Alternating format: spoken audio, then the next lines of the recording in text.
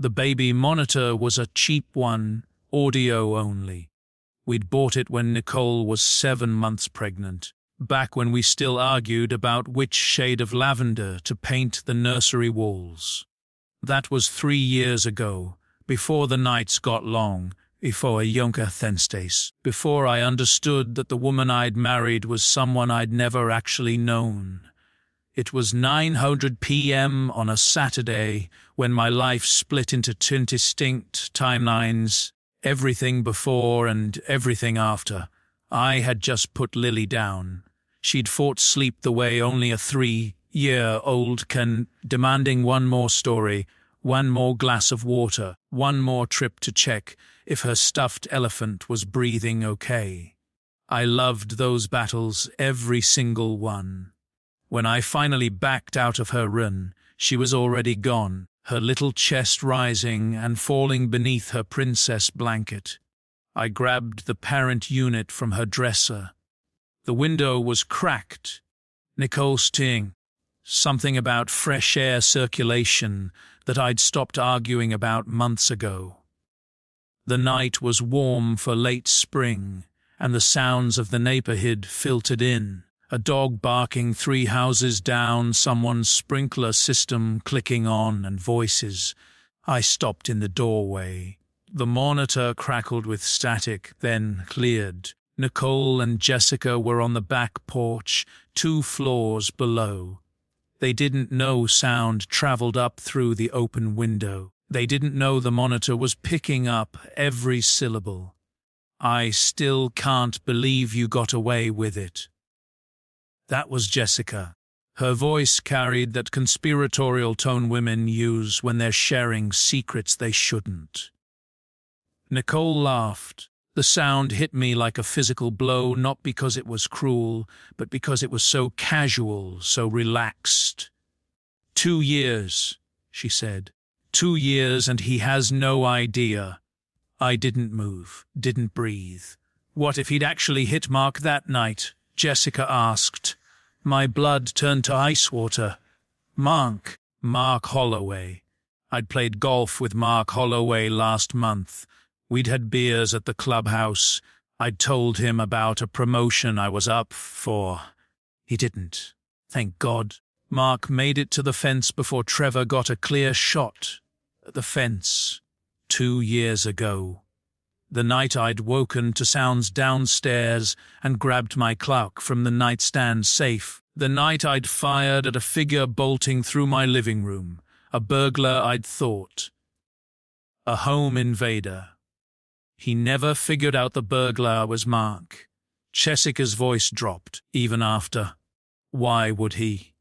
I played the terrified wife perfectly. Crying, shaking. Nicole paused, and I heard her take a sip of something. Fine. Cavalier. The good peanut she saved for weekends. I even let him hold me all night. My hand tightened on the monitor until the plastic creaked. And Mark. Jessica pressed. Stayed away for 2 months.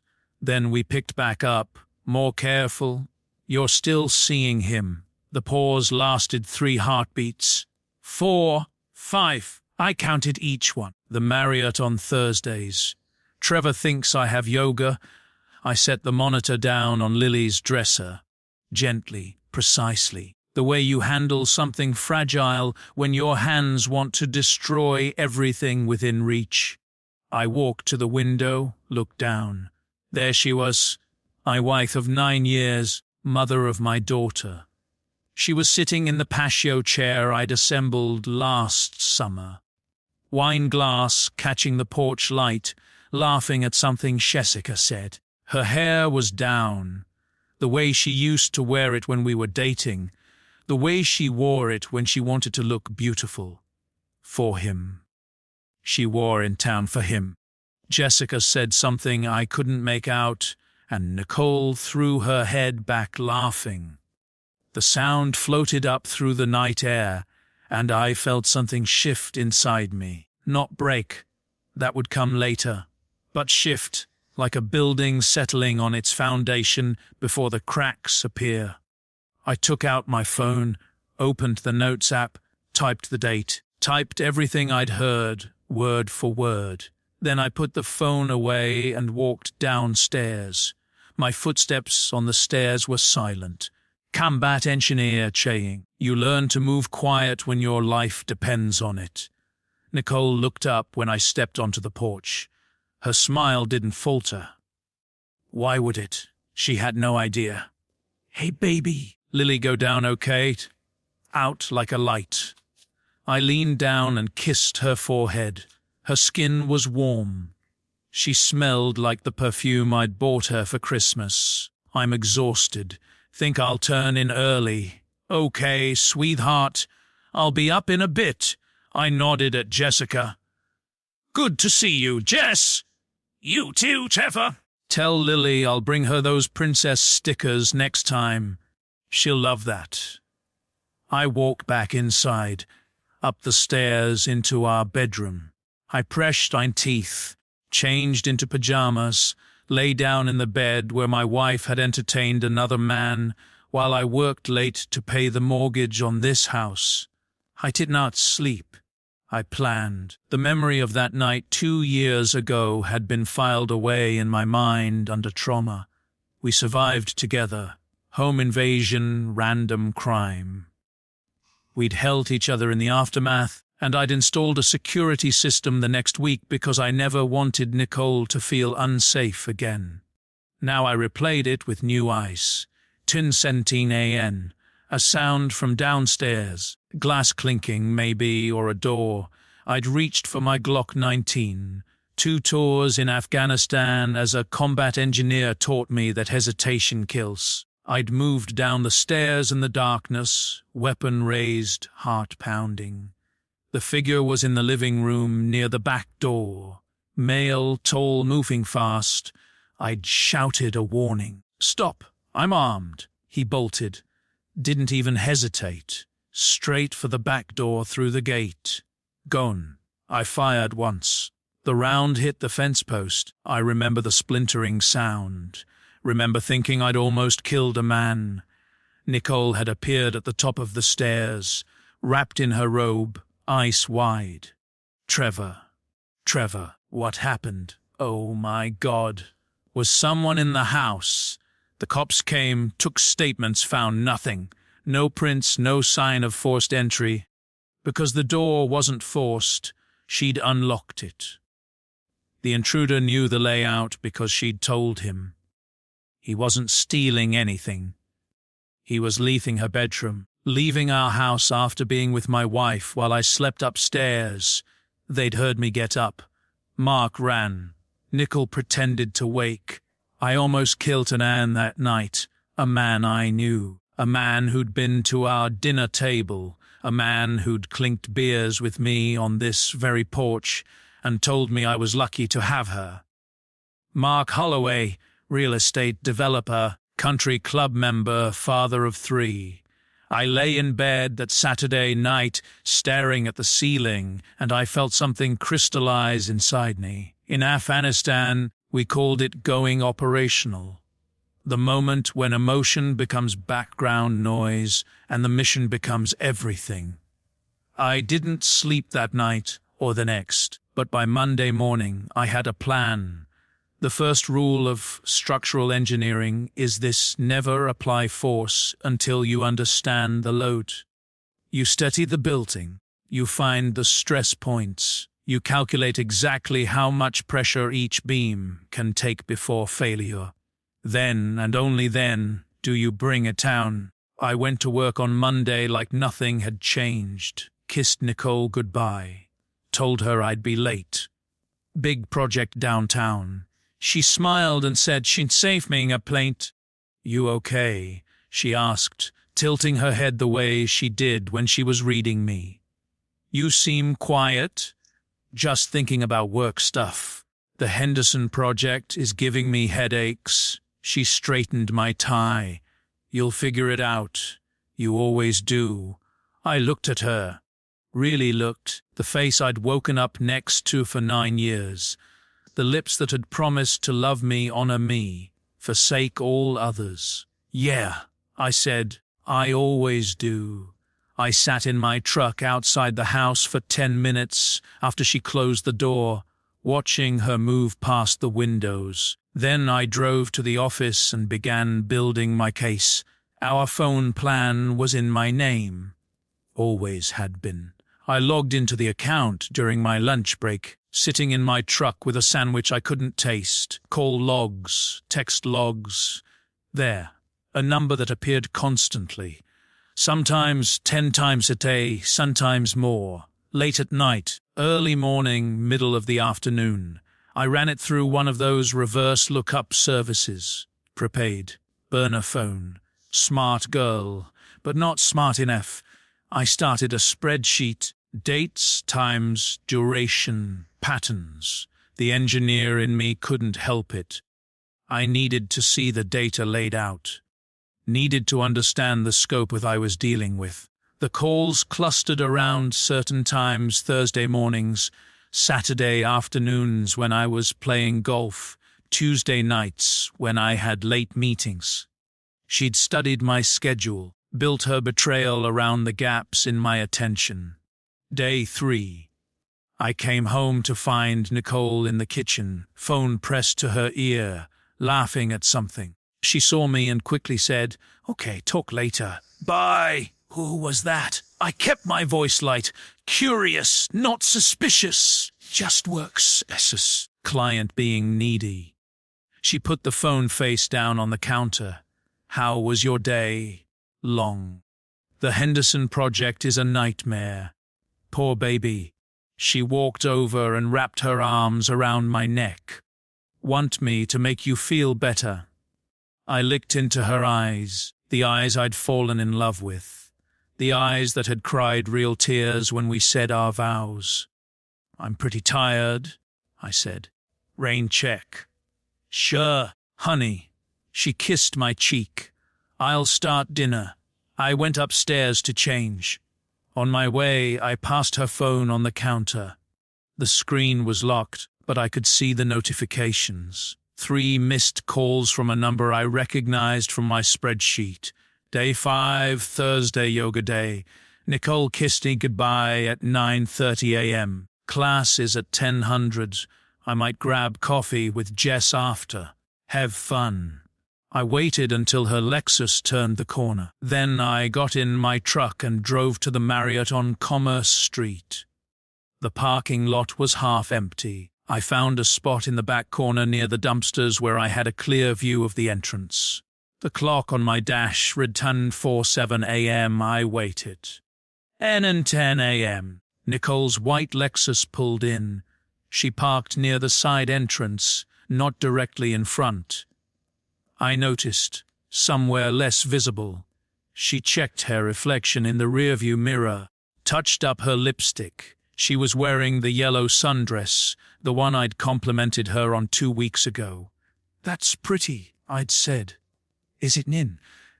"Got it on sale. Thought I'd wear it for yoga." She got out, walked inside, didn't look around. Why would she? She thought she was invisible. 11:18 a.m. A black BMW pulled into the space 3 spots from hers. I knew that car. I'd admired it last month when Mark drove it to the club. "Lease or buying?" I'd asked. "Lease," he'd said. "Life's too short to commit." Mark Holloway stepped out. He was wearing a golf shirt. Probably told his wife he had a morning tea time. He stretched, casual as anything, and walked toward the same entrance.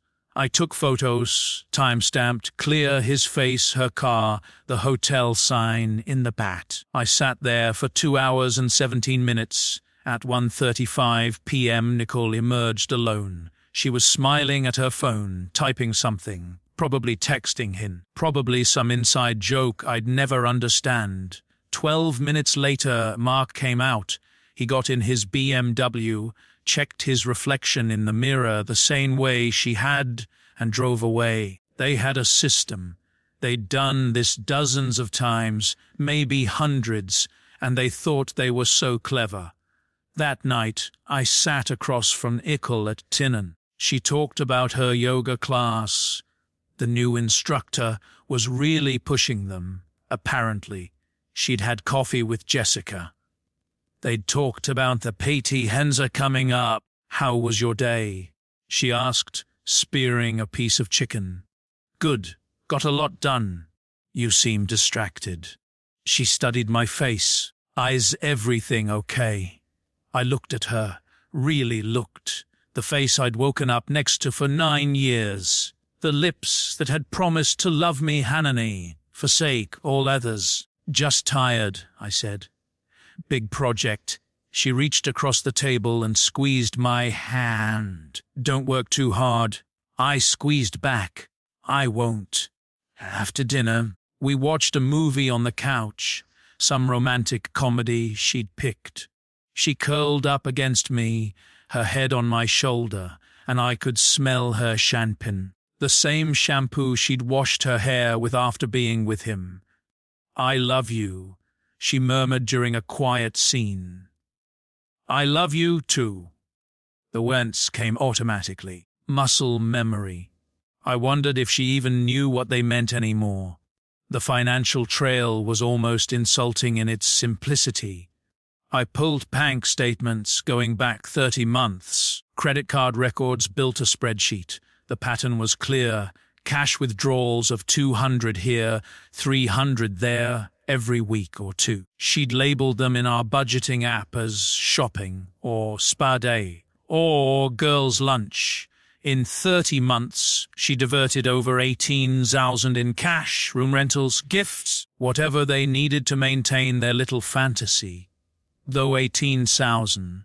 My money, our money that could have gone into Lily's college fund, into our retirement, into the life we were supposed to be building together.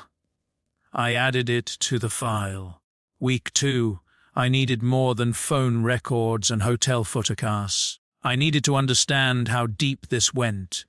Nicole had a home office, a small room at the end of the hallway. She kept it locked when she wasn't using it. "Work stuff," she said. "Confidential client data." I found the spare key in her jewelry box, the one she thought I didn't know about. The external hard drive was in the bottom drawer behind a stack of old marketing binders. It wasn't even password protected. She'd never thought I'd look, never thought I'd have reason to. I plugged it into my laptop at 2 in the morning while she slept. The house was silent except for the hum of the refrigerator downstairs. Photos, hundreds of them. Nicole and Mark at restaurants I didn't recognize, at hotels in cities I didn't know she'd visited. Selfies with their faces pressed together, smiling like teenagers in love. The timestamps went back 4 years. I stopped scrolling. 4 years. My daughter was 3 years old. Nicole got pregnant 4 years ago. I stared at the screen, felt something cold settle in my stomach. She has my eyes, my chin. She has to be mine. But I didn't know. I couldn't. Not for certain. I closed the laptop, sat in the darkness for a long time. The DNA kit arrived 3 days later in a plain brown box. Discreet packaging, the website Chemist, fast results. I collected Lily's sample from a sippy cup she'd left on the coffee table. A few drops of saliva swabbed carefully while Nicole was in the shower. The sound of running water covered any noise I might have made. "What you doing, Daddy?" Lily had wandered in, dragging her stuffed elephant by one ear. "Just cleaning up, sweetheart. You want to help me take this to the kitchen?" She nodded seriously, the way she did when she felt important. I mailed the kit that afternoon. 5 to 7 business days, the website said. It was the longest week of my life. I kept digging while I waited. The emails on the hard drive painted a picture I hadn't expected. Mark and Nicole had been discussing next steps for months before the night I almost shot him. She was unhappy with me. Too focused on work, apparently too predictable, not exciting enough. Mark was tired of Diane's family money coming with strings attached. I feel like I'm drowning, Nicole had written. Every day is the same. Wake up, work, come home, pretend to be happy. I can't do it anymore. Then don't, Mark had replied. We talked about this. We can leave, start over, be happy. What about Trevor? What about Lily? Bring Lily with you. Trevor will get over it. He's tough. He'll survive. I read that last line 3 times. He'll survive. Like I was just an obstacle to be stepped over on their way to happiness. The plan took shape of weeks of emails. Mark would bring her a burner phone and a prepaid credit card. She'd pack a bag for herself and Lily. They'd leave while I was at work, head to a city 3 states away where Mark had connections. The night of the home invasion was supposed to be the handoff. Mark would come till I was asleep, leave the supplies, and slip away. By the time I woke up, Nicole would have everything she needed. But I heard something. I woke up. Mark barely made it out. The round I fired missed him by inches. They got scared after that, postponed the plan, decided to be more careful. But they didn't stop. They never stopped. For 2 years, they'd been waiting, planning, pretending. And they would have done it eventually. Taken my daughter, left me with nothing but an empty house and a note. Or maybe not even a note.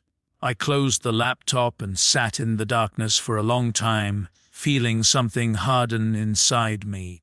Not anger exactly. Something colder, something useful. We should play more. I told Mark on the phone. This Saturday work for you, Justice. Get an early tea time. He hesitated for just a moment, probably checking his mental calendar to make sure he wasn't double booked with my wife. Saturday works. 7 a.m. Perfect. I'll book it. I wanted to look him in the eye. I wanted to see if he could meet my gaze without flinching. I wanted to know what kind of man sleeps with his friend's wife for 4 years and still shows up to barbecues. Saturday morning was clear and cool. Mark was already at the clubhouse when I arrived, working on his practice swing near the first tee. He grinned when he saw me. Trevor, good to see you, man.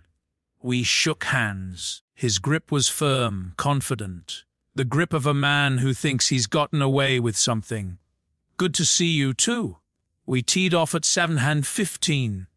The course was quiet, too early for the late risers. I watched Mark the entire time, the way he squinted at the fairway, the way he waggled his club before every shot, the way he talked about nothing like it meant everything.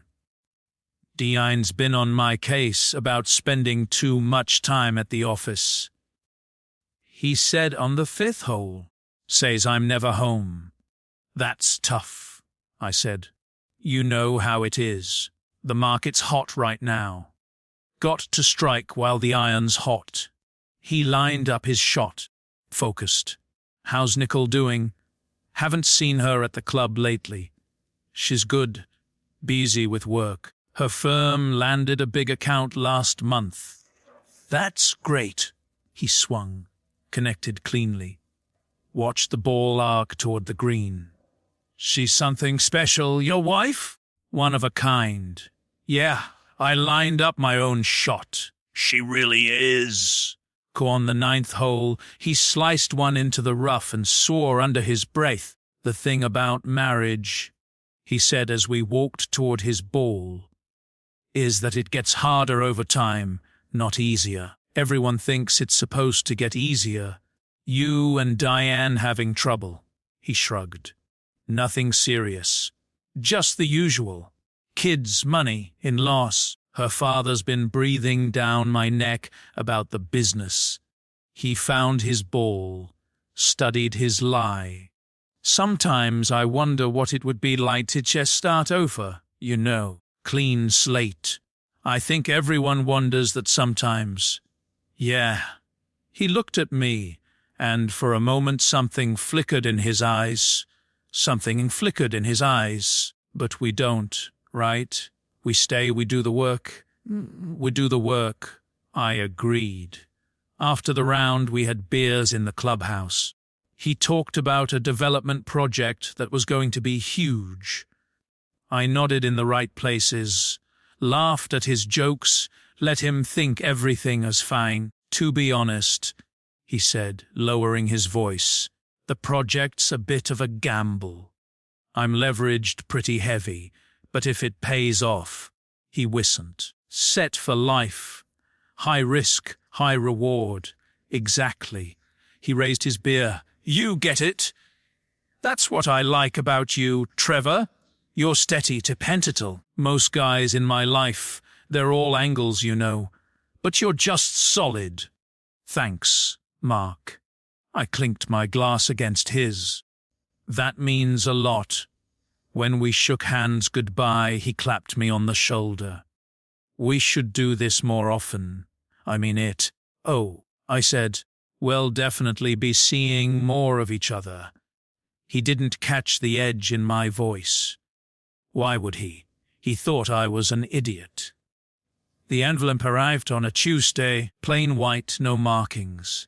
I sat in my truck in the parking lot of a hardware store 3 miles from home. My hands were shaking. First time they'd shaken since Afghanistan. First time in years. I opened it. Result: Trevor Ashford is the biological father of the tested child. Probability of paternity 99.98%. I rate it 3 times. 4. Let the words sink in. Lily was mine, no matter what else burned. My marriage, my trust, my entire concept of who my wife was. Lily was mine. That little girl with my eyes and my stubborn streak and my inability to sleep past 600 a.m. was my daughter. I folded the paper and put it in my wallet. Then I sat in my truck for another 20 minutes, just breathing. The relief didn't diminish the rage. If anything, it focused it, made it Kate, precise. Nicole was going to take my daughter and disappear. She was going to let me believe my family had been stolen by fate, not by choice. She was going to run off with her lover and leave me to pick up the pieces of a life I didn't even know was a lie. I started the truck, Truffhun, kissed my wife on the cheek when I walked in. Good day, she asked, getting better all the time. The law firm of Hayes and Blackwell occupied the top floor of a glass tower downtown. I chose them because they were outside our social circle, because they had a reputation for discretion, and because their senior partner, Evelyn Blackwell, was known as the most ruthless divorce attorney in the state. She was 63 years old, silver-haired, and looked at me across her mahogany desk with the calm assessment of a surgeon evaluating an X-ray. I'd spent an hour walking her through everything: the photos, the emails, the financial records, the escape plan. When I finished, she leaned back in her chair and steepled her fingers. So, she said, what exactly do you want, Mr. Ashford? I want primary custody if I taught her. I want the prenup enforced, and I want my wife to understand that her actions have consequences. The first 2 I can help with. The third, she paused, something flickering behind her professional mask. That's not really my department. I understand. I'll handle that part myself. I just need the legal side to be airtight. She nodded slowly. Let's talk about what you're working with. This state is no fault for divorce. That means adultery alone won't give you everything you want. I know. However, she held up a finger. Adultery can impact custody, particularly when combined with evidence of planned child abduction. Those emails you have, the burner phones and prepaid credit cards, that's not just infidelity. That's a documented conspiracy to take your daughter across state lines without your consent. That's what I thought. Additionally, the diversion of marital funds for the affair, 18,000 by your accounting, constitutes financial misconduct that affects asset division. And the prenup? Evelyn smiled. It wasn't a warm smile. Tell me about the prenup. Standard agreement.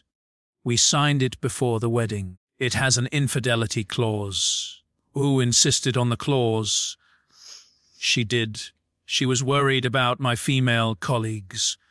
I allowed myself a small, bitter laugh. She said she'd never be able to trust a man who worked around other women all day.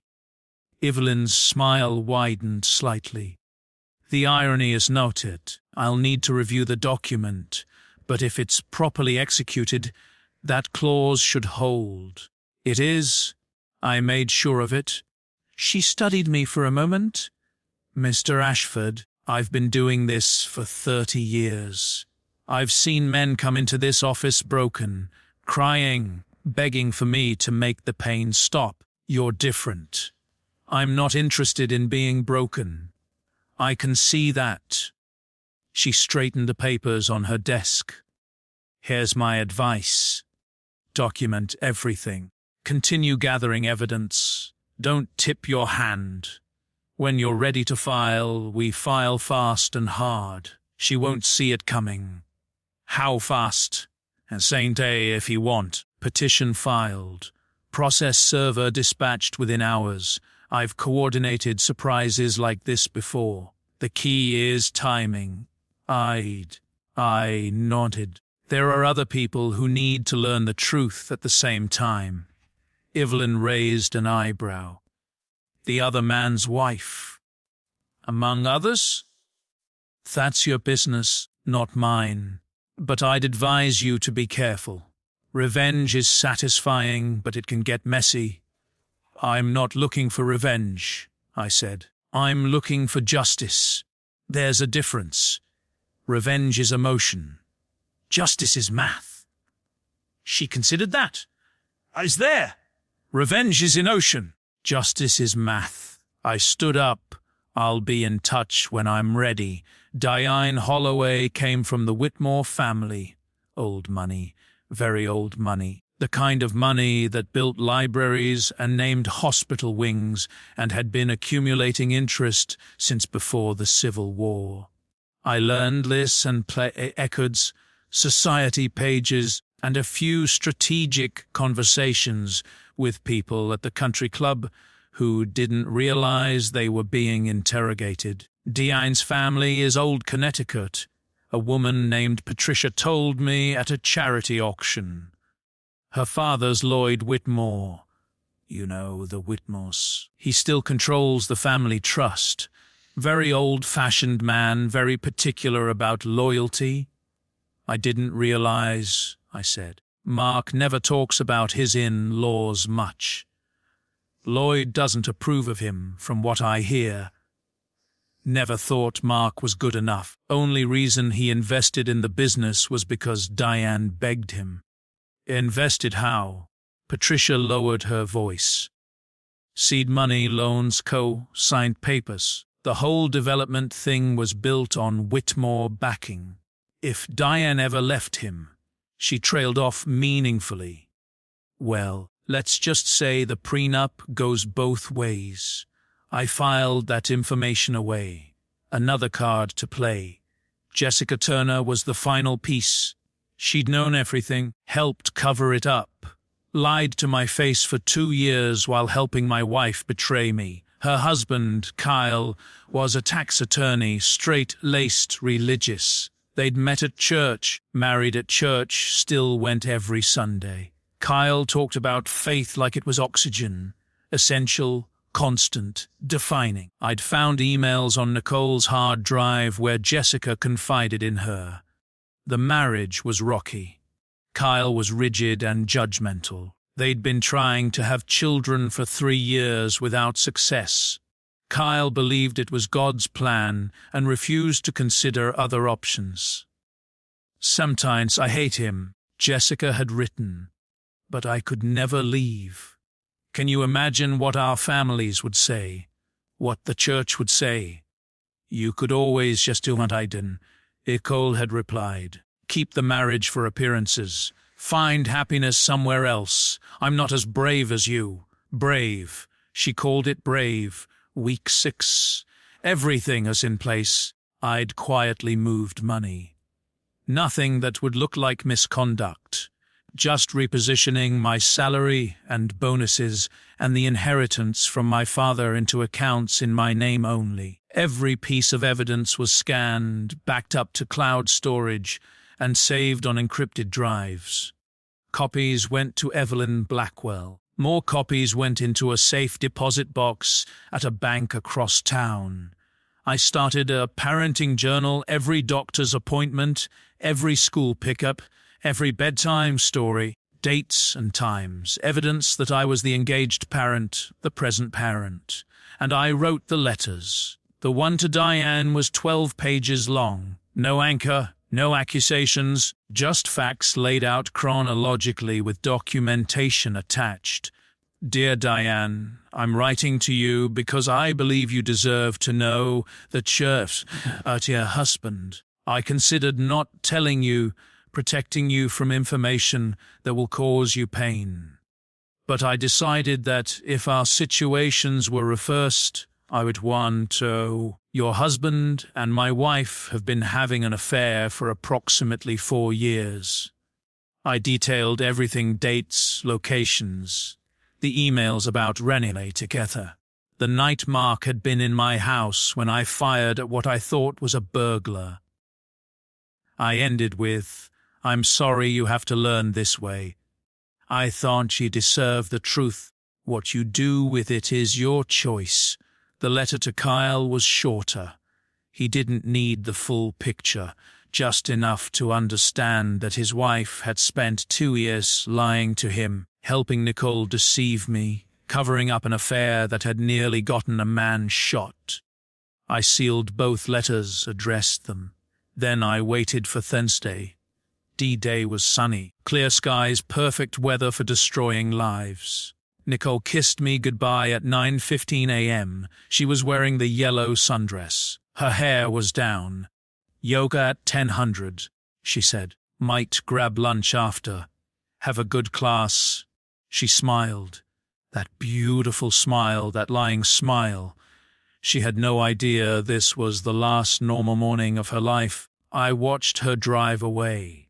Then I picked up my phone. Evelyn, it's time. At 11 a.m., the petition was filed. Irreconcilable differences on its surface, but the attached exhibits told the real story. Every piece of evidence I'd gathered over 6 weeks was now part of the official record. At 11:15 a.m., I sent an email to Diane Holloway's personal account. At 11:30 a.m., a second email went to Kyle Turner's work address. At 11:47 a.m., a process server named Danny Rise walked into the Marriott on Commerce Street.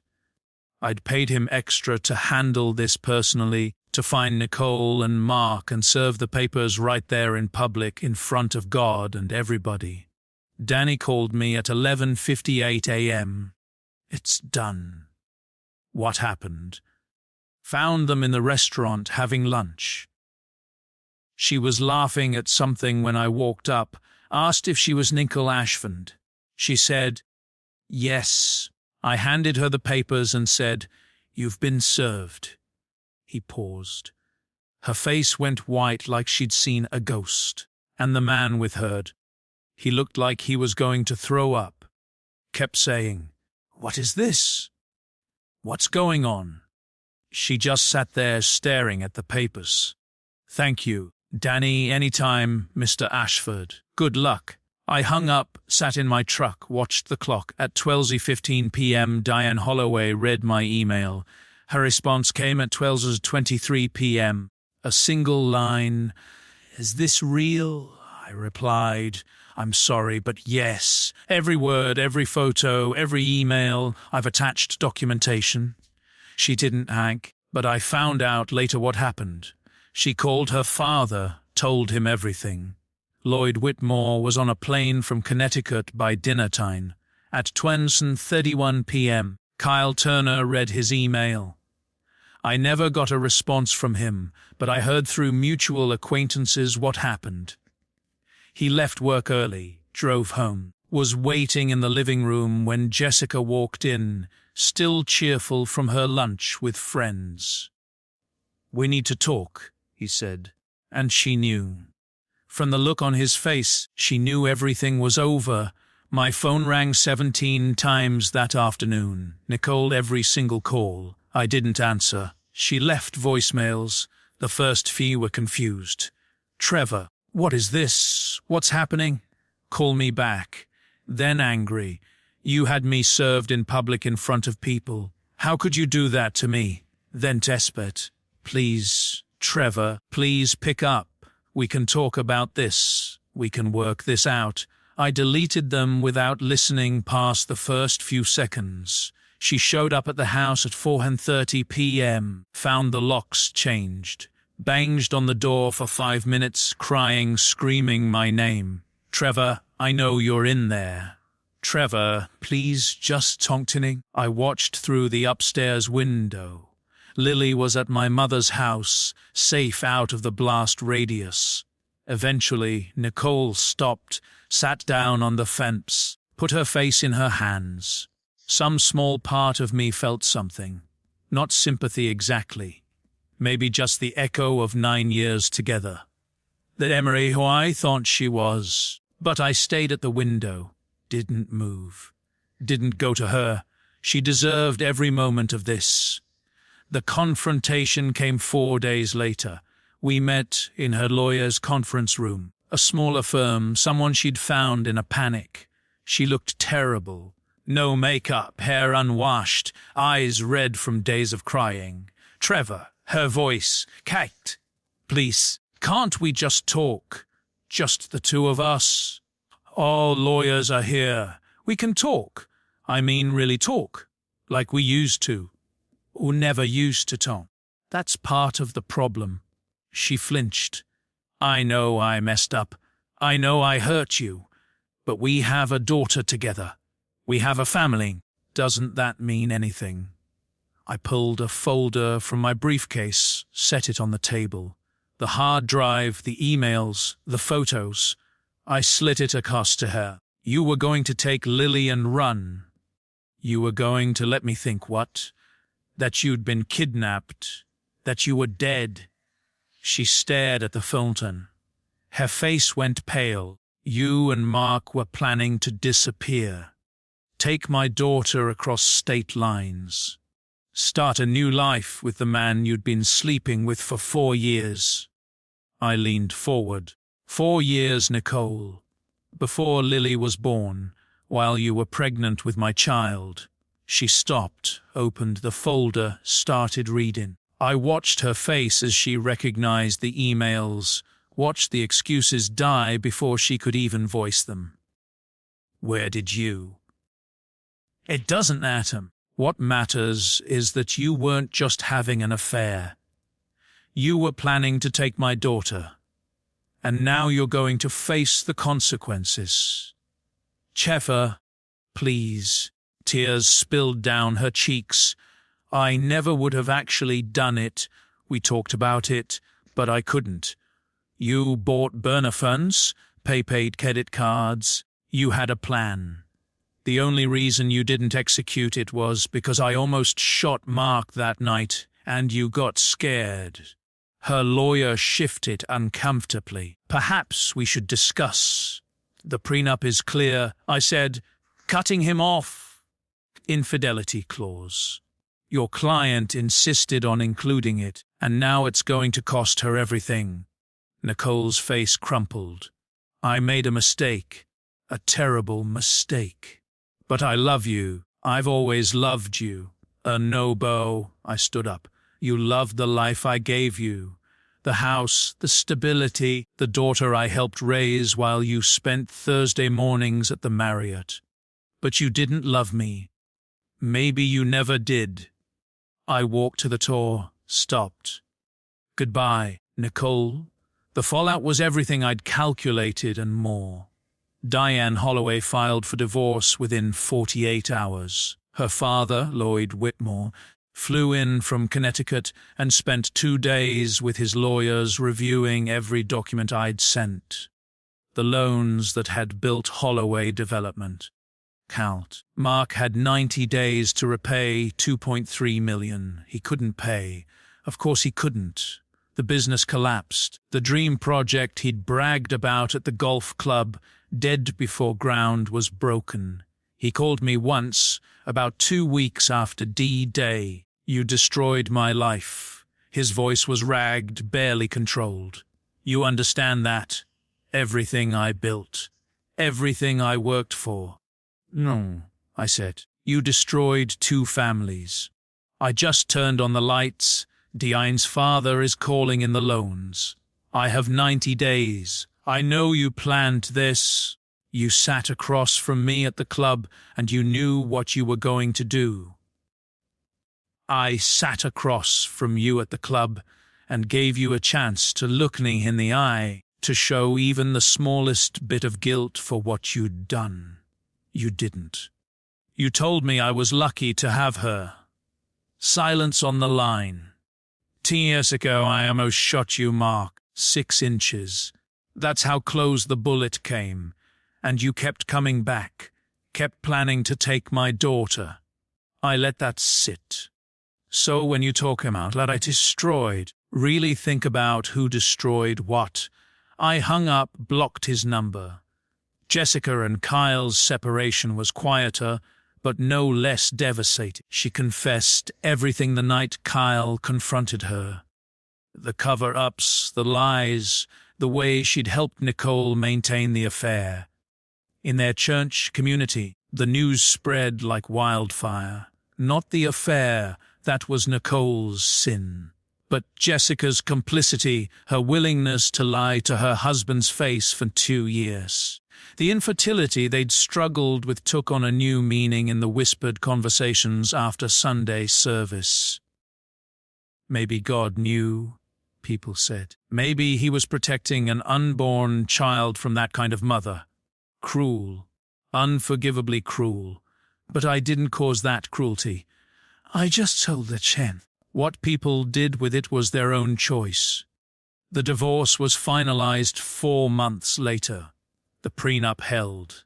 Nicole got what she'd brought into the marriage, plus a small settlement. Nothing close to half. The infidelity clause was ironclad. I got primary custody of Lily.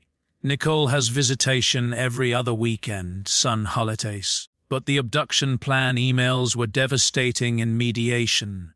Her own lawyer advised her to stop fighting. Take what you can get, he told her. I heard about it later. The judge has seen the evidence. If we go to trial, it gets worse. She took the deal. What choice did she have? We moved 6 months later. Ning house, new neighborhood, new school district. Lily adjusted the way 3-year-olds do, with questions she couldn't quite articulate and tears she couldn't explain, but also with resilience I hadn't expected. "Where's Mommy?" she asked one night about 2 months after the divorce was final. "Mommy lives in a different house now, but she still loves you and you'll see her soon." "Why doesn't she live here?" I looked at my daughter, confirmed, proven mine, and felt something twist in my chest. Sometimes grown-ups can't live together anymore.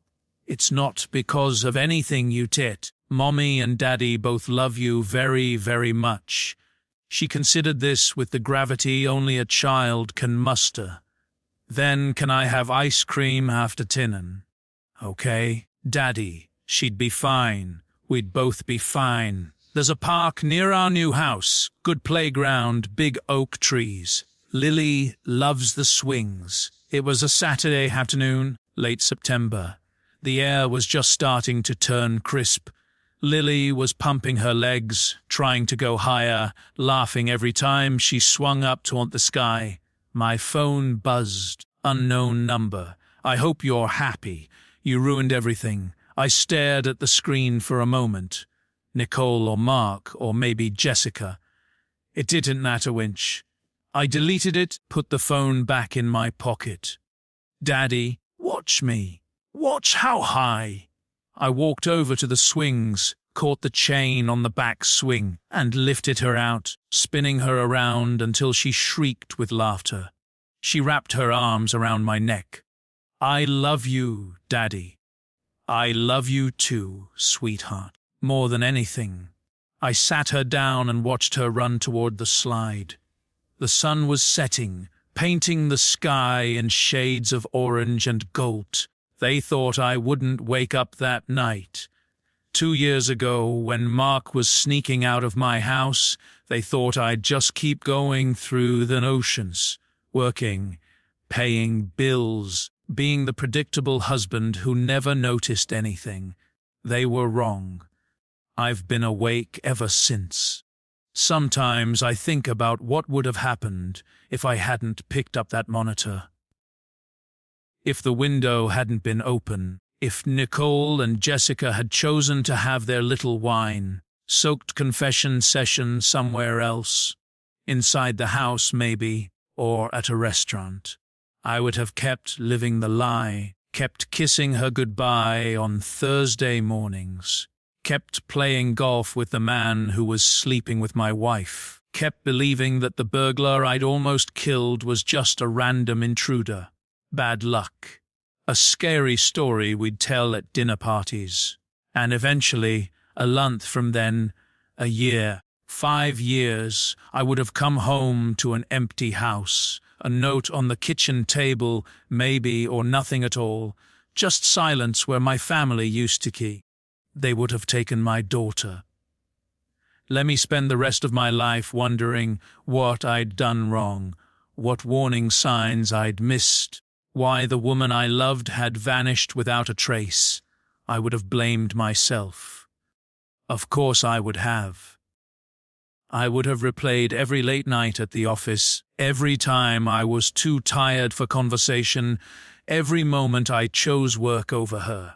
I would have convinced myself that I deserved what happened. And Mark and Nicole would have been somewhere warm, spending money they'd stolen from 2 families, watching my daughter call another man daddy. That's what they were planning. That's what they almost got away with. So, no, I don't feel guilty about what I did. I don't lose sleep wondering. I went too far. The only thing I regret is that it took a cheap baby monitor and an open window to show me the truth. A year after the divorce was finalized, I ran into Nicole at a coffee shop. Lily wasn't with me. She was at preschool, and Nicole was alone, sitting at a corner table with a laptop open in front of her. She saw me before I could decide whether to leave. Our eyes met. Something flickered across her face. Surprise, maybe, or hope, or just the awkward recognition of 2 people who used to share a bet. Trevor. She half stood, then seemed to think better of it. Hi, Nicole. Do you have a minute to talk? I should have said no. Should have gotten my coffee and walked out, but something made me stay. Maybe curiosity. Maybe the need to see what she'd become after everything I'd done to her life. I sat down across from her. She looked different, thinner, older. The confidence she'd worn like armor was gone, replaced by something more fragile. How are you? She asked. Fine. Good, actually. And Lily? She's great. Growing like a weed. Starting to read. Nicole smiled, but it didn't reach her eyes. I miss her. The weekends aren't enough. I didn't respond to that. What was there to say? I've been doing a lot of therapy, she continued, trying to understand why I did what I did, why I made the choices I made. And what have you figured out? She was quiet for a moment.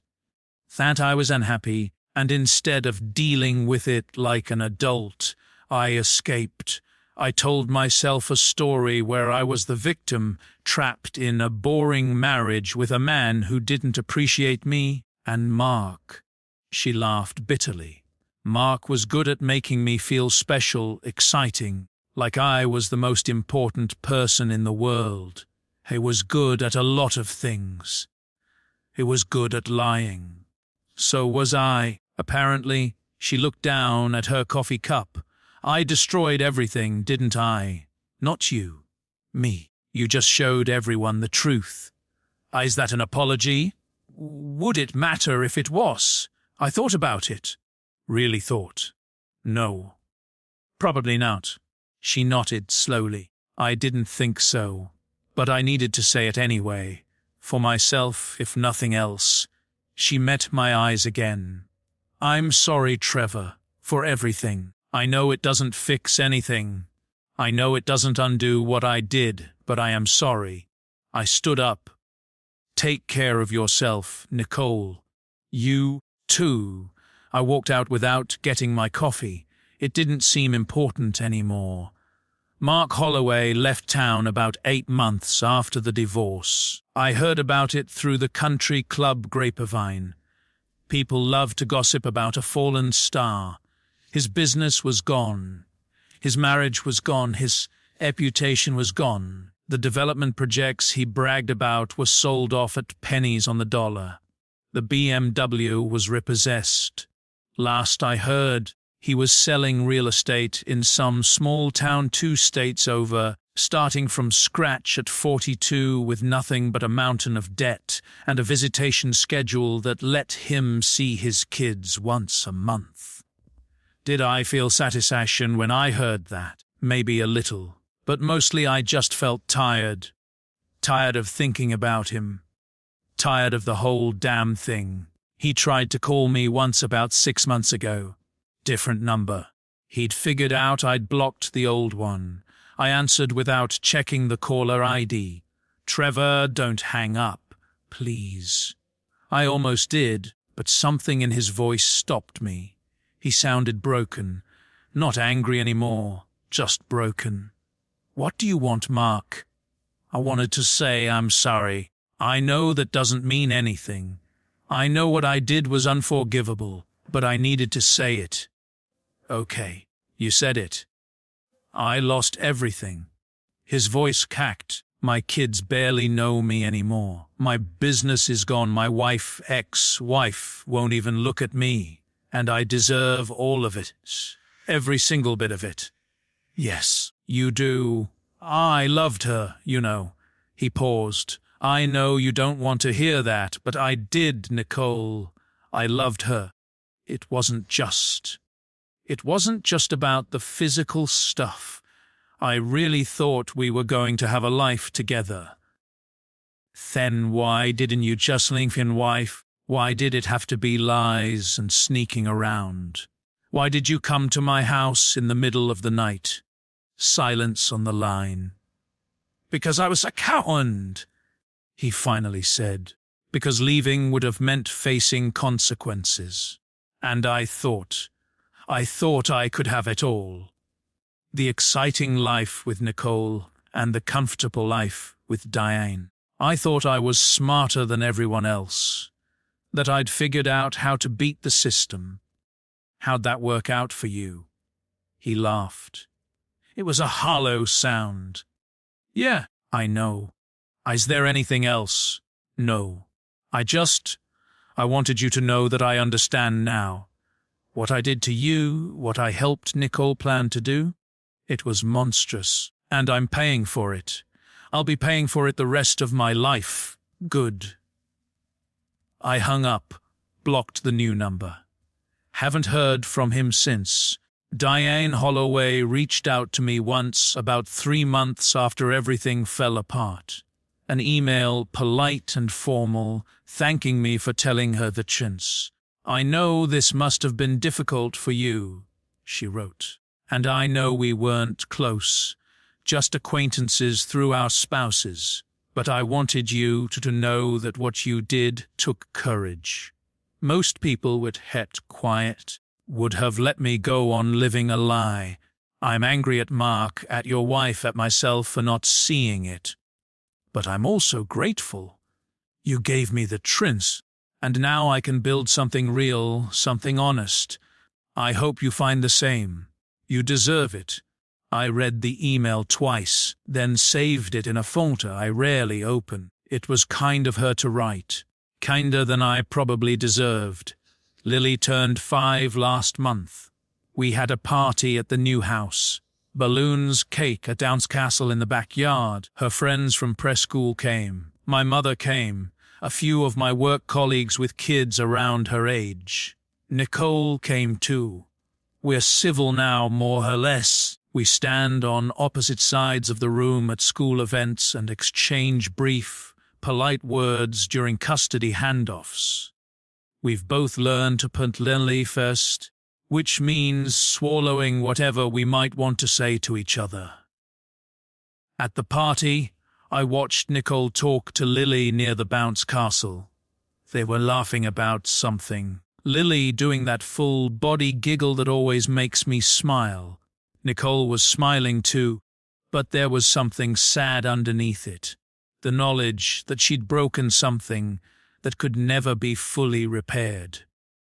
Lily ran over to me, touncing with excitement. Daddy, Mommy says I can have 2 pieces of cake. Oh, she did she? I glanced at Nicole, who shrugged apologetically. Please, it's my birthday. 1 piece now, 1 piece later. Deal. She hugged my legs, then ran off to join her friends. Nicole walked over, stopping a few feet away, the safe distance we'd both learned to keep. She's happy, Nicole said. That's what matters, right? That's what matters. We stood there for a moment watching our daughter play. 2 people who used to share everything, now sharing only this. The child we'd made together, the child who kept us connected despite everything that had torn us apart. Thank you, Nicole said quietly, for letting me be here. She wanted you here. That's all that matters. Nicole nodded, turned to go, then stopped. Trevor. Yeah, you were a good husband. I want you to know that. Whatever I told myself to justify what I did, you were a good husband. The problem was me. It was always me. She walked away before I could respond. I watched her go, feeling something I couldn't quite name. Not forgiveness. Not yet. Achy, not ever. But something close to peace. I'm not the same man I was 3 years ago. That man trusted, believed, assumed that the people he loved would never hurt him. I'm more careful now, more guarded. The walls I built during those weeks of investigation and planning, they didn't come down when the divorce was finalized. They're still there, protecting whatever's left of the person I used to be. My therapist says that's normal. Trust takes time to rebuild, she told me last session, and sometimes it doesn't rebuild exactly the way it was before.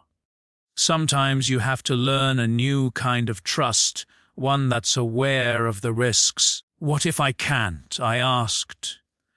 What if this is just who I am now? She smiled, patient as always. Then you work with that. You build a life that fits who you are now, not who you used to be. You let yourself be happy in whatever ways feel safe. I'm trying. Some days are better than others. There's a woman at Lily's preschool, Sarah. She's the mother of one of Lily's friends, divorced about 2 years ago, from what I've gathered through casual conversation. She's kind, funny, has a laugh that reminds me of summer afternoons. Last week after pickup, she asked if Lily and I wanted to join her and her son for ice cream. Just a casual thing, she said. The kids would love it. I said yes before I could talk myself out of it. We sat at a picnic table outside the ice cream shop, watching the kids chase each other around the grass. Sarah told me about her job. She's a veterinarian, works at a practice on the other side of town. I told her about mine, about the Henderson project that had finally wrapped up after 2 years of headaches. It was easy, natural, the kind of conversation I hadn't had with a woman since before everything fell apart. "We should do this again sometime," she said when we were packing up to leave. "Yeah," I said. "We should." She smiled. I smiled. Lily grabbed my hand and asked if she could have another ice cream. "Not today, Sea Hunt. But soon. Promise." I looked at Sarah, looked at my daughter, felt something stir in my chest. Something that might have been hope. Promise. I still think about the baby monitor sometimes. That cheap piece of plastic that changed everything. It's in a box in my closet now, unplugged, waiting for, I don't know what. Evidence, a reminder, some kind of talisman against future betrayal. My mother thinks I should throw it away, yet holding on to the past. She says, it's not healthy. Maybe she's right, but I can't quite let it go. Not yet. That monitor saved my life, or at least saved the life I was supposed to have. The life where my daughter grows up with a father who loves her.